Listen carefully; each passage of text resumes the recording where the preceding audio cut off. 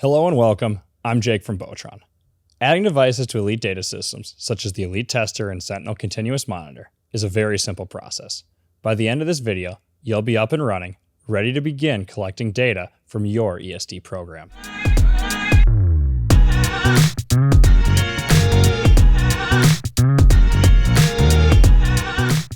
We're going to assume that your ELITE and your Sentinel has already been added to your network, and that your network has been configured following the best practices.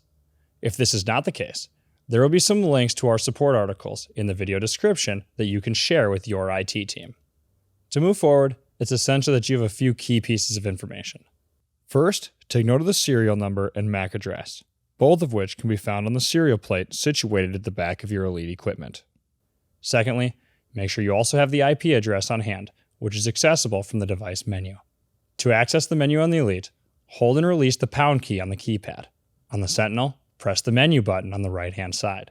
This screen will provide you with everything you need. Now that we're armed with the needed information, let's jump into ELITE DataSystems and connect our equipment.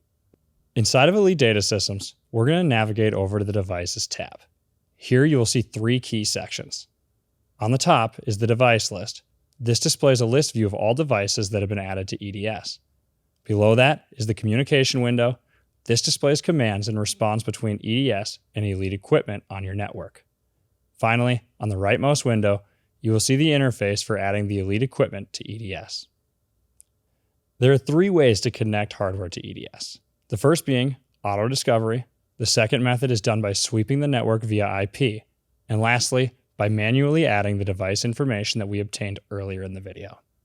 When permitted by your network, EDS creates a connection to hardware automatically.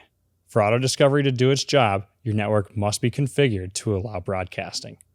If permissible, you will notice that your device automatically appears in the device list. In this case, your job is done.